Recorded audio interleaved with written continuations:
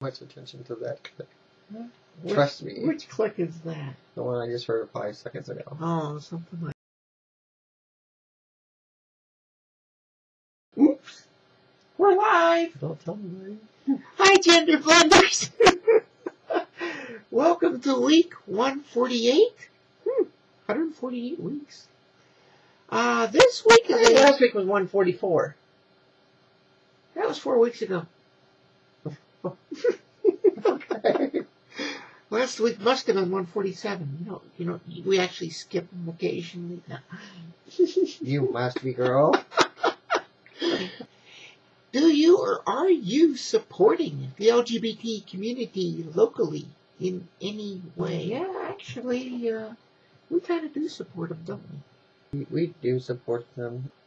I think, we made a point earlier, I think you and I were discussing this. Yeah. About the fact that, there seems to be a lot more gays and lesbians than what there are transsexuals. And I'd say, yeah, that's probably true.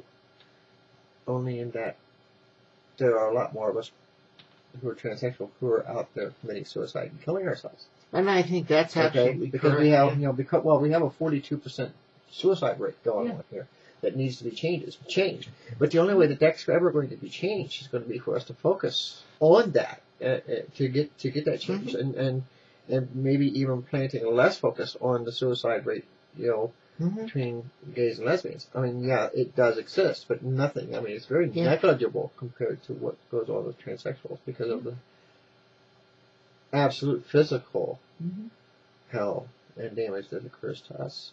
Yeah. Because of, 1, having to deny who we are, or 2, having to transition, 3, having to be able to afford it, and 4, having a family that support us and or accept us, 5, having a job and or work-related environment that accepts us and or allows us to be us. There are so many different variables. We can't hide the fact that we're transsexual. A gay person can walk in there and work right amongst everything else, and without having an agenda, no one's ever going to know that they're gay. Yeah, that's true. Or a transsexual, on the other hand, doesn't have that ability to be so discreet. Right. Overall, there's a lot of things like, you remember the little PFlag meeting we went to when you just first got here, as a matter of fact? Yes. We had found that there was a lady that came there and really was looking for some support. She was not a member of our community, not LGBT, but her daughter basically told her that she was transsexual. And the lady was trying to figure out, well, what does this mean? What do I have to do to support my son or daughter? And the weird part about that was the fact that we had been asked to go there as guest hosts to speak, as guest speakers at that PFlag organization. PFlag does accept us and does support the transgender population, although PFlag is for parents and friends of lesbians and gays. That's what PFlag is. Yes. So, what we don't have is we don't have a transsexual community or organization and community that, as such, that supports transsexuals and gays, or other than gays and so on and so forth. And when we get into a place like these LGBT communities where you have a lot of, or even the founders or whatever, and them are gay or lesbian, there's a tendency when you walk in there, even though they're supporting everyone, of 98% of the communications that goes on within that center or within that reserve is of gay and lesbian nature, which leaves that transsexual feeling mightily out because they really don't know how to communicate with other gays and lesbians, because there's no talk about themselves. There's no talk about what's going on in daily lives. And it seems like there's an awful lot of talk about being gay and about being lesbian, and very minimal about transsexuals and things like that. And they don't even know how to participate in the conversation. But, so we need to have a stronger hold. But that would have to be PFAT. That doesn't sound good. The T can be silent. But, I'm not talking about the PFlag organization. I'm talking about any LGBT community network or center. They when you belong to a center, and a center needs to start being more focused on the fact that, But yes, the whole it's about the whole community, community, and it's about all of your members. We have many gays and lesbians who are friends, very much friends of ours. Yeah. And sometimes you got to bring that up even to them. Sure. It seems like there's always an agenda between themselves. And transsexuals, on the other hand, as you know this, we're not trying to push no agendas. Mm-hmm. Most of the time, we're just trying to live day to day. Day by day. Yeah. And trying to have a successful transition and hoping that someone will help us out with whatever problems might occur with us during that day. Mm-hmm. And there are those that occur.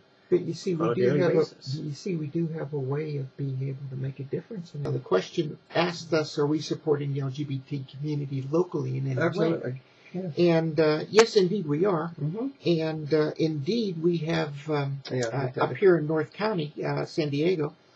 We are this Sunday opening up a new center. I'd like to see a lot more transsexuals come to the center. Yeah, come to the center and be a part of our lifestyle, to be a part of life, and to be a part of the conversations. And if you're looking for an event, events can't be held by a specific group out of the LGBT community unless there is a specific group for them to hold one. Exactly. Come out and be a part of the organization, as you would say. Exactly. And be a part of us. We're there for you. If you need help, we're going to have therapists. We're going to have advisors. That's why we're there. Mm-hmm. Because we don't know what your needs are other than we know what our own needs are.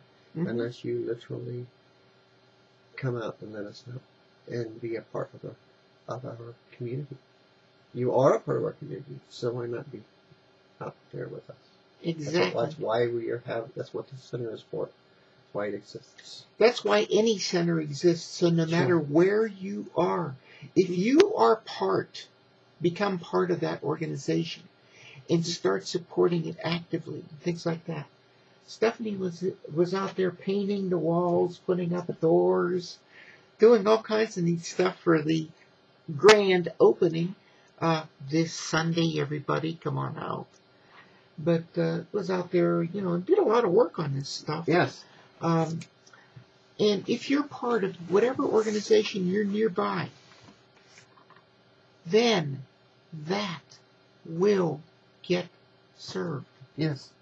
Absolutely. So that's how to be a part of the LGBT community locally. Do it. Don't stand in the background. If you stand in the background, you're never going to get served. You're not going to help us. Yeah. Also, the last time I had to serve myself, you didn't go and get me anything, so I had to go up to the table and get my own food. Oh, well, I got you some. I don't think that's not really what we're talking about regarding serving, but still. Oh, remember, we are all there for you. Yeah. And transsexuality is a strong, strong existence. If we're not out there committing suicide and out there harming ourselves, and out there understanding that there is a way for you to be accepted in your community. Depends on how you present yourself. Exactly. If you present yourself as a box, you're going to be known as a box by society. You might say, oh yeah, but other members in my group who are transsexual, they understand me. That's not the point, people. We, as a transsexual community, do not make the rules. We do not make the laws. We do not make the legislation. That's right. That occurs in our community that gets things passed, giving us our freedoms and our rights. The only way that's going to happen is going to be for you to be active. Whether you want to become an active commissioner, an active council member, an active senator, an active governor, an active transsexual president. Hey, you could be the first transsexual president. I know I'd get her going. She's always... She's going to run and she's going to... Oh, no, I haven't announced it yet. Don't announce my campaign yet, but my campaign? Yeah. That's what I'm going to do. That's right. Yeah, I can't tell them when you're going to run. Hush! Oh. That's it. I'll find another campaign manager. See, you can imagine it, folks. Here we have fun with each other. So we have a lot of communications going. And you can too. Mm-hmm. Work harder on it. Focus and come out and be a part of us. Yep. And join us at our new center in Oceanside. Mm-hmm. Takes what, 2 blocks? 2 blocks north of the Civic Center in Oceanside on Coast Highway. Mm-hmm. So right we next to look forward to Jitters seeing all of Coffee, you great there. coffee. Yeah. Yes. So, at least they did that. At least they did something right. Yeah. We've got to put it next to a coffee shop. Yeah, that's right. That was one of the prime considerations. No. Everyone, please come out and be with us and join us. Know and help and join other civic activities and stuff like that are going on in your local community. Yes, we do participate in our local community, but we also participate in other communities outside of our local area. Yep. And as well as being on YouTube and on Facebook to help all of you better understand who we are and that we do exist and that we are out here. We reach out and invite you to come and be with us in our homes and as a part of our lives. We want to reach out and we want to network and help each and every single one of you who need to have the correction. There are some companies and organizations out there trying to get everyone to believe that in transitioning, that there is a final stage or an end in transitioning. No, there's not. Honey, there has never been an end in transitioning, and transitioning never stops. A normal GT girl transitions and starts transitioning at puberty and can transition until the day that she dies. Yeah. We start our transition later in lives at varying ages. But to say, oh, I'm going to go and have this surgery that I went and had. And mind you, you can still see I'm still a little bit bloated. I don't think that it's pregnancy. But who knows? But it hasn't gone down yet. Who's the father? Oh, wouldn't you like to know? But anyway, oh, you got me. My words. But anyway, understand, to stop transitioning would mean you stopped being a girl. Or to stop transitioning would mean that you stopped being a guy. Right. Those of us who are transsexuals end up needing to take hormones for the rest of our lives. Yep. Again, a lesbian doesn't have to take hormones. They don't have to transition. They don't have to alter their bodies, either chemically or surgically. Through intervention. So there's some big differences there. Yeah. And things that we need to focus more on. And that also explains why we have the higher suicide rate. Yeah. I'm not justifying suicide. No. I wish it didn't exist. Suicide is never the answer, people. Oh, it isn't. No. But be a part of your community. Yeah. Don't feel like you're alone. Get a hold of Stephe and I, for gosh sakes. That's right. We will contact you back. Yep. And know that there are support groups around where you are. Yep. There are people who will accept you 100% for who you are without condition. Until next time. My name is Stephanie. I'm Steffi. Bye-bye, everyone. Thank you.